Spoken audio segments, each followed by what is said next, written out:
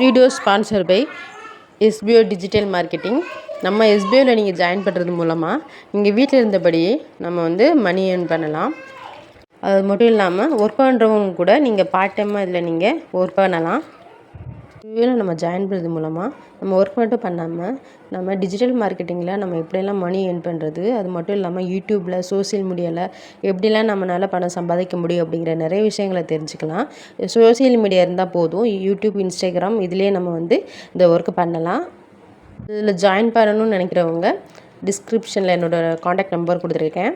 So மறக்காமல் contact பண்ணுங்கள். உங்களுக்கு தேவையான இன்ஃபர்மேஷன் நான் தரேன். ஸ்கிப் பண்ணாதீங்க. பெரிய தப்பு. தினம் 300 ரூபாய் சம்பாதிக்க அரிய வாய்ப்பு. இன்ஸ்டாகிராம், ஃபேஸ்புக் பயன்படுத்த தெரிந்தால் போதும். Content post and content publishing மூலமா தினம் 300 ரூபாய் சம்பாதிக்கலாம். இந்த வேலை செய்ய 5 நிமிடம் போதும். Work training support, group communication support, all language customer live chat support, முக்கியமா சொந்தமா ஒரு பிசினஸ் ஸ்டார்ட் பண்ற அளவுக்கு உங்களால கற்றுக்கொள்ளவும் முடியும், சம்பாதிக்கவும் முடியும். இந்த வேலை வாய்ப்பு வழங்குவது 5 வருடத்திற்கு மேல ரன் ஆகிட்டு இருக்க நம்ம தமிழ்நாட்டு company school of business organisation private limited. மேலும் விவரங்களுக்கு டிஸ்கிரிப்ஷன்ல கொடுத்திருக்க நம்பருக்கு வாட்ஸ்அப் பண்ணுங்க.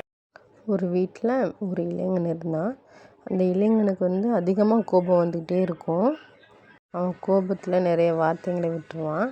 அப்போ வந்துட்டு அவங்க அப்பா அதை பார்த்துட்டே இருந்துட்டு ஒரு நாள் என்ன சொல்கிறாருன்னா, ஒரு சுத்தியிலையும் நிறைய ஆணிகளையும் அவர் கையில் கொடுக்குறாரு. இனிமேல் வந்து உனக்கு கோபம் வந்தால் வீட்டின் பின் சுவரில் வந்து இந்த ஆணி அடி அப்படின்னு சொல்லி அந்த இளைஞன்கிட்ட இதை கொடுக்குறாரு. முதல் நாள் வந்து கோபத்தால் 10 ஆணி அடிச்சிட்றான். மறுநாள் வந்து 7 ஆணி அடிக்கிறான்.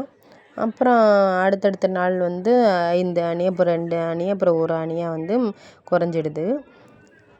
அந்த ஆணி அடிக்க அடிக்க அவனோட கோபமும் குறைஞ்சிடுது. ஒரு நாள் வந்து ஒரே ஒரு ஆணி தான் அடித்தான். மொத்தம் 45 ஆணிகள் வந்து அடிச்சிருக்கேன் அப்படின்னு சொல்லிட்டு அவனோட அப்பா கிட்ட போய் சொல்கிறான். அப்பா, இனிமேல் எனக்கு கோபமே வராது அப்படின்னு சொல்லி சொல்கிறான். அதுக்கு அவங்க அப்பா சொல்கிறாரு, இனிமேல் கோபம் வராத நாளில் ஒரு ஒரு ஆணியாக வந்து பிடுங்கி விடு அப்படின்னு சொல்கிறாரு. அவன் 45 ஆணி அடிச்சிருந்தான். 45 நாட்களில் வந்து ஆணியெல்லாம் பிடுங்கிட்டான்.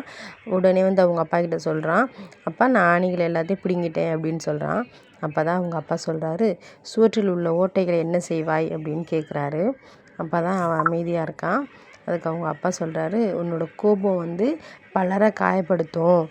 ஆனால் அது வந்து மேலோட்டமாக மறைஞ்சு போனாலும் அவங்க மனசுக்குள்ளே உள்ளார்ந்த அது வலிகள் வந்து எப்போவுமே மாறாமல் இருக்கும் அப்படின்னு அவன்கிட்ட அறிவுரை சொல்கிறாரு.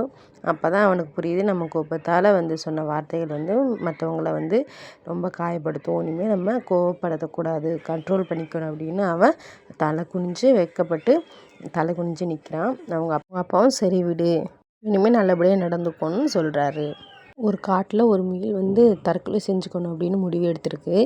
அதுக்கு காரணம் என்னென்னா, அந்த முயல் பாவம் ஒரு பக்கம் வந்து அந்த முயலை வேடன் விரட்டுறான், இன்னொரு பக்கம் நாய் துரத்துது, மறுபக்கம் புலி இருக்குது. எங்கிட்டு போகிறதுனே தெரியாமல் அது வந்து எதிரிகளை வந்து எதிர்க்க முடியாமல் ரொம்ப கஷ்டத்தில் இருக்குது. அப்போ தான் வந்து யோசிக்குது, இந்த சைடு வேடு, இந்த சைடு வந்து புலி, நாய் இருக்குது, நம்மளால் இனிமேல் வாழ முடியாது, நம்ம வாழ தகுதி இல்லாத விலங்காயிட்டோம், அதனால் நம்ம உயிரை வந்து மாற்றிக்கலாம், தற்கொலை பண்ணிக்கலாம் அப்படின்னு யோசிக்குது. அப்போ அதை வந்து இறுதியாக என்ன பண்ணலான்னு சொல்லிட்டு ஒரு பக்கத்தில் ஒரு குளம் இருக்குது, அந்த குளத்தில் குதித்து நம்ம தற்கொலை செஞ்சுக்கலாம் அப்படின்னு டக்குன்னு அந்த குளத்தில் குதிச்சிடுது. அந்த குளத்தில் குதிக்கும்போது அங்கே இருந்த தவளை வந்து இந்த முயலை பார்த்து பயந்து ஓடுது. அங்கங்கே வந்து தவளைகள்லாம் வந்து தாவி தாவி தண்ணீர்லேயே வந்து தாவி தாவி அந்த சைடு போகிறாங்க. இதை பார்த்தோன்னா, அடடா, நம்மையும் பார்த்து பயப்படுறதுக்கு ஒரு உயிரினம் இருக்கா இந்த உலகத்தில் அப்படின்னு ஆச்சரியப்படுது முயல். அப்போ தான் தன்னோட தற்கொலை முடிவை வந்து மாற்றிக்குது முயல். நம்மளும் இந்த உலகத்தில் வாழ தகுதியானவங்க தான். நம்ம நம்பிக்கை இருந்தால், நமக்கு தன்னம்பிக்கை இருந்தால் நம்ம எப்படியாவது நம்ம இந்த உலகில் வாழ்ந்து நம்ம ஜெயிச்சிடலாம். வலிமையான மனம் இருந்தால் மட்டும் போதும் அப்படின்னு யோசித்து அது வாழ ஆரம்பிக்குது.